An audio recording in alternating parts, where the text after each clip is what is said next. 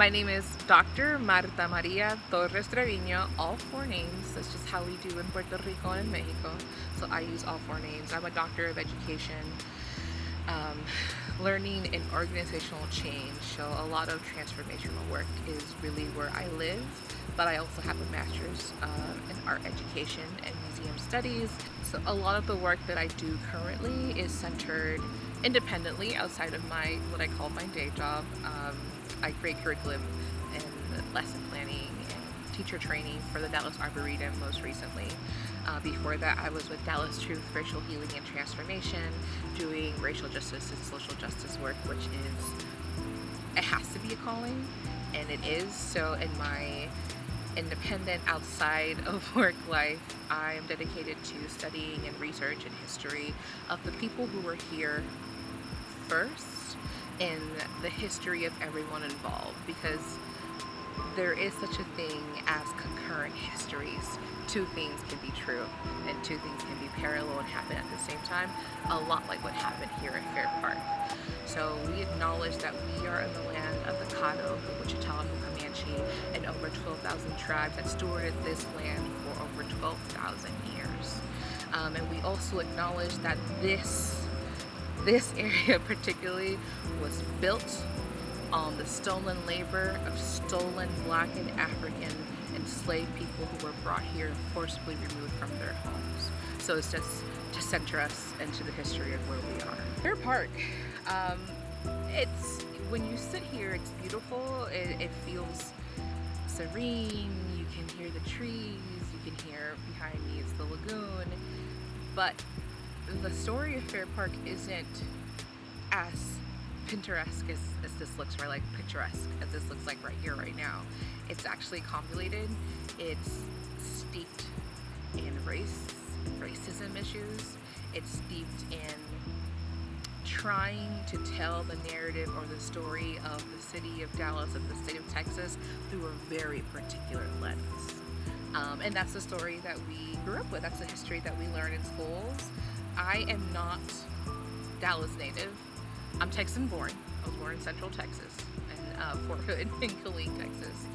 But I moved here 6 years ago now, and I made it my business to learn about the city that I was moving to and living at. And I moved here during the fair. I moved here late August, early September of 2016. So the first thing I did as an outing with my brother was come to the fair, because that's what you did. That's what everyone was recommending. And like, oh, you should go to the fair, try all the food, have a great time. It's a show. It's fanfare. It's all these grandiose things and buildings and Art Deco, built by George Dahl, and people don't really know how this came to be. My name is James Stewart Williams. I was born in this neighborhood at 3015 Linway. Actually born at Parkland Hospital, but this is where I resided and grew up until I turned 17 and I went to college. It was a nice neighborhood. Everybody knew everybody. Everybody got along. Very neighborly. And everybody owned their home. Nobody rented anything around here. We own these houses.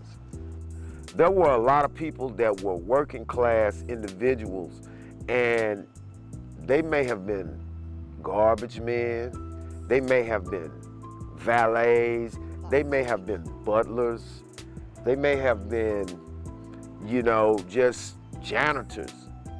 But you never knew it because they were professionally dressed, they spoke the King's English, and they were very, very kind. I mean, the men would get off work and come home and sit on the porch, and they may smoke a cigar or whatever. They may have them a little drink, and they water the yard and so forth. And I mean, it was something that I was accustomed to. It was the 60s. Good morning. I'm Lucy Jeanette Kane.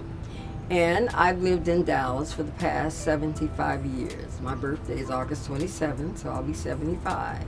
I was born at Parkland Hospital, August 27th, 1947 at 3:30 p.m. And my mother was very happy when I came out. I attended St. Anthony's Catholic School from the time I was 4 years old until the 8th grade. And then I attended James Madison High School, where I finished with honors, and I was accepted into Fisk University in Nashville, Tennessee.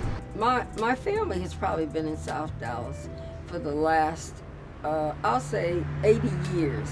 Because my grandmother was 94 when she passed away here, and she came like in her 50s. So, and my mother was 99. She passed in 2012. She spent all of her time in South Dallas. And my mother said if everybody had stayed in South Dallas and not gone to other areas, South Dallas would have been as beautiful as Highland Park, because people would have kept up their properties and they would have been able to have nice yards and to do their homes, and it would have been a very nice neighborhood.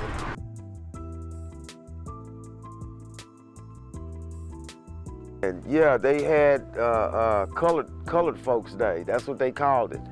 And my grandmother and them would be dressed all in their sundresses, and they would go out there. My grandfather, he'd be dressed up, you know, casual, and they would go to the fair and do things. It would take my uncle to tell you, I went to the fair every day, because he did. What was then called Colored People Day was the only day that Black people or Black families could come and attend the Texas State Fair. Outside of that, a lot of the games that were played in this space were not even distasteful. They were racist, and they were named after like there was one particular name that I will say, but leaves a bad taste in my mouth when I say it. It was like mark the spot, like hit the spot, dump the Negro. So you would literally just dump a Black person that was sitting there over and over and over again. And that's just one of the games that was played here. There were others that are very derogatory and harmful. So it went from Negro Achievement Day, they dropped the Negro part and just kept Achievement Day. And this was officially desegregated by the 1960s, but in reality it was segregated until into the early 1970s, 1973. The state fair was very much segregated. And that's not just true for the state fair, that's true for our education system, that's true for all of the other systems that we had here in Dallas. Like DISD was very segregated. It was one of the most segregated school districts until 2003, too far removed from that. So that's the history of Achievement Day and how it started. People Colored Day, Negro Achievement Day, Achievement Day, and then it just fizzled out and was no longer around by 1970. And that is also a response to what was happening in the area, right? So housing, there is a couple of parking lots here by the Ferrisville, the southeast area of the fairgrounds, that are just rows and rows and rows of parking lots. That was actually houses. That was housing. And they were small houses built, like most of the time they were wood houses, and businesses that were built around the fairgrounds. So there's a great picture where you can kind of see the aerial view of the fairgrounds before all of that parking and concrete came into place. It was housing all around it, all around the borderlines. And this started 1930s into the 1940s, when that redlining was happening and that relocation was happening. These houses started to pop up for predominantly Black communities, Black people in this area surrounding the fairgrounds. And they were thriving. It was a thriving area for business. It was a thriving area for community, for sharing space together, for coming together. It did have its strife, especially going into South Dallas, because that's an area that would flood historically because of the Trinity River. So every time they were doing good, a flood would come in and kind of demolish what they had done. But people will build back more often than not. But you can only build back so many times. With that ongoing, and then ongoing pressures from the city for eminent domain and buying housing so they could create a better looking area around the fairgrounds, because as that kept happening and flooding and people started to leave en masse this area, you get to, poverty comes in. And by the 1950s, 1960s, it wasn't as bright as the area had once been. And there were a lot of ramshackle homes left because they were being bought out or pushed out of the area. And mind you, when this was built to celebrate the centennial of the state of Texas and to shine a light on the many successes of the state and everything that Texas had accomplished in that centennial. But that's how it started out. So by 1900, a lot of people are coming, attending the fair. So of course you have to include black people. I mean, the first bill of sale for Dallas County was a black woman named Jane Elkins. So there wouldn't be a Dallas without black people. Period. That's just the way it is. So we had that in 1900. We start fast forwarding into the 1920s, 30s, when redlining, what we know now, what we call redlining, zoning, really started and picked up. 1963, I was a junior in high school, and we talked about redlining in our history classes, and we began to know the difference. And also, in 63, I think my mother was getting a loan or a lien to fix up, to renovate the inside of our house, and to bring in, at that time we had a built-in kitchen with a dishwasher, which we still have, and a built-in stove. All those were new appliances back at that time. So she had to really talk strong at the bank, and they wanted her to put up so much of her savings just to borrow the money, and she wouldn't. So she really stuck it out. But that's when I really knew about redlining, because we couldn't go in the bank and get money like other people. And what zoning did and redlining did for Dallas was completely segregate and separate the city. So everything before 30, so everything north of 30 became white and affluent. Everything south of 30 was black, brown, and poor. Before that, like I said, we had these freedmen's towns that were thriving, that were connected, and Uptown and Deep Ellum and here in Joppy, 10th Street. All of these cities, all these towns were connected, and they were easily accessible because you could walk a lot of these places, commute together, community. They were thriving. But when you bring in redlining and you start to separate and build a highway across, you started to divide communities, to divide people from one another. And that created an exodus of those freedmen's towns and people just relocating and shifting to be together. And South Dallas started to become predominantly black in response to that redlining. My mother liked good produce. And in our neighborhoods, we couldn't get good produce. So she was a Tom Thumb shopper. And she went to stores in the Lakewood area, in Highland Park. All of her meat she got in those areas.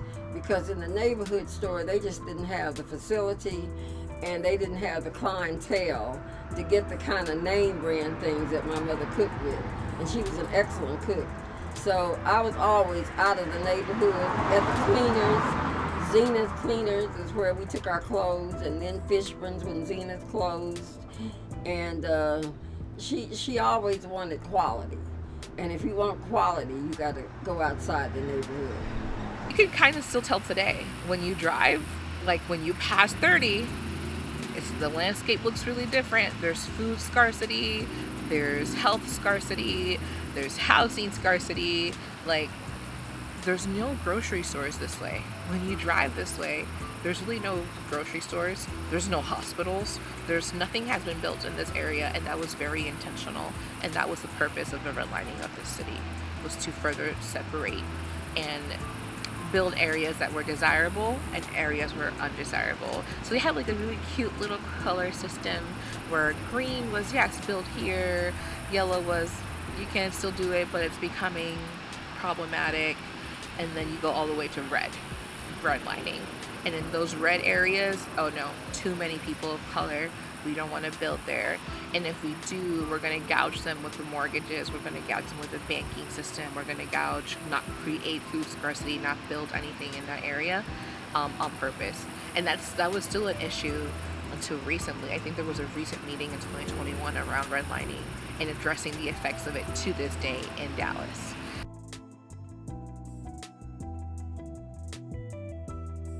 Well, really what impacted my experience the most is the raise in taxes and how the taxes have risen in this part because of gentrification.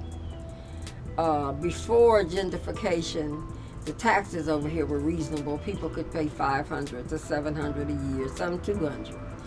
But after gentrification, they've risen to like $1,400, and that's almost impossible for a person only getting an income of $3,000 or $2,000 a month. That has really impacted a lot of people and kept a lot of people working past their retirement age.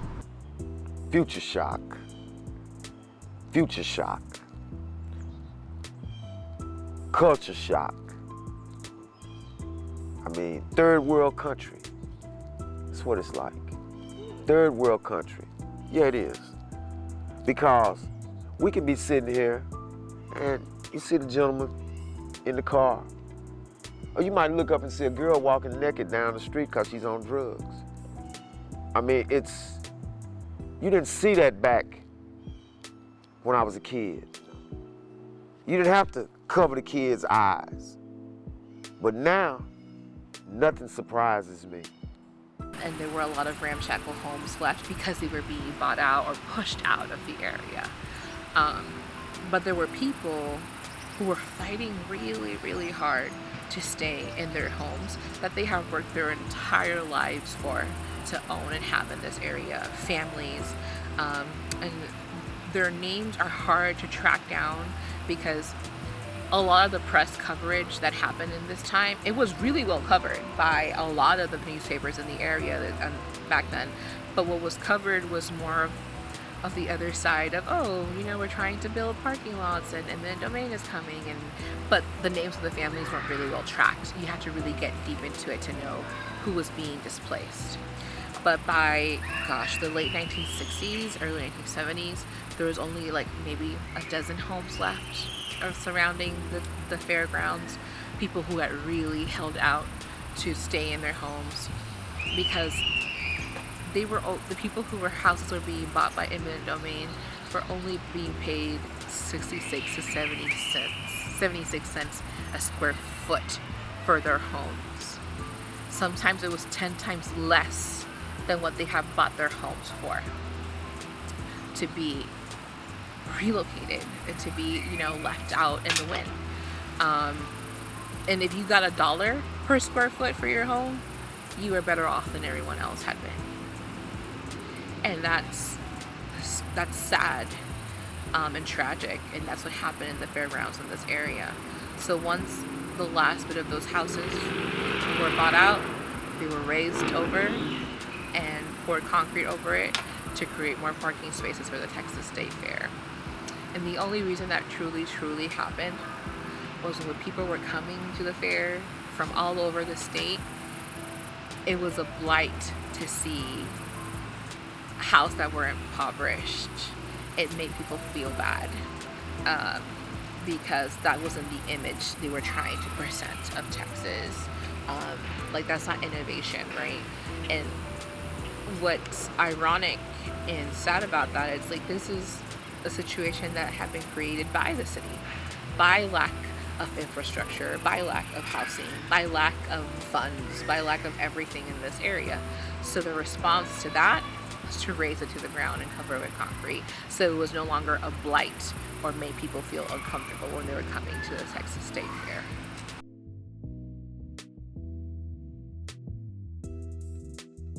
I would like to see more minority home ownership and appreciation for what we have and what we established, and not we per se, but blacks as a whole, what we established.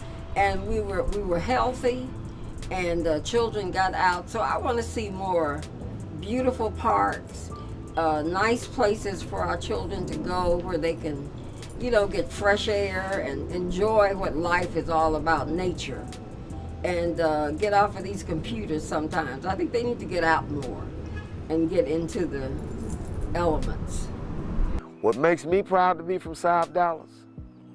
It's my roots, it's my upbringing. It's where my morals, principles, values, and integrity was formulated and instilled. Well, I'm proud to be from South Dallas because South Dallas to me, is one of the richest areas in Dallas. And it's being shown now because every day you cannot do anything without getting a call. Are you interested in selling your property? Are you interested in selling your property? So it is a nice, it's 18 blocks from downtown. I can get anywhere in 20 minutes. And that's the one thing that I like. If I don't know where I would move to if I moved from here, because it's very convenient. There's bus service, there's train service, and there's just a lot of things that makes it eligible for you to move around very quickly from South Dallas.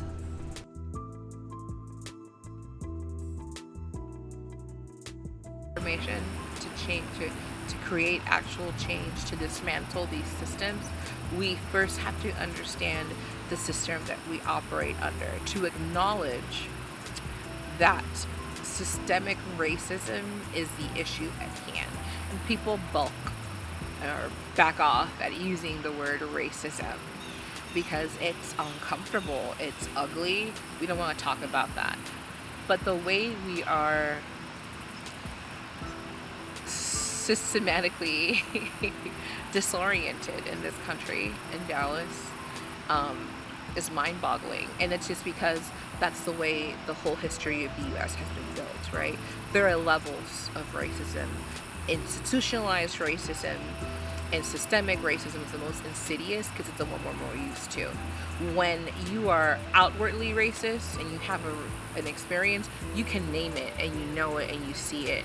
And then there's internalized racism, which is what we carry within ourselves and how we operate within the system. And I'm not saying that we are all inherently racist. I'm saying that we operate within a racist system, so we tend to, grab onto these things.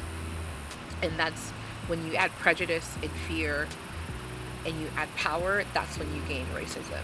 If there's no power, you can't be racist. You don't have any power to influence your will over others. And that's something that Jerry Hawkins used to talk about a lot, kind of the equation of racism. But when you talk about institutionalized and systemic racism, the ways to dismantle that is to, again, one, acknowledge it, face it head on, and then work towards creating practical policies and practices. Let your voice be heard at City Hall, in the city. There's so many movements and so many people who have been working historically towards acknowledgement, towards reparations, which doesn't get talked about enough, towards making things better. There's organizations like Value Planning over in Oak Cliff that's really working hard to kind of stem or bring to light the gentrification that's happening in Oak Cliff. The way things are sown and built, the way things were sown around this area in an eminent domain has been the excuse and the way that tragically houses and housing and infrastructure has been raised over. to build parking lots and to build betterment, which is really just dislocating black and brown and people of color, right?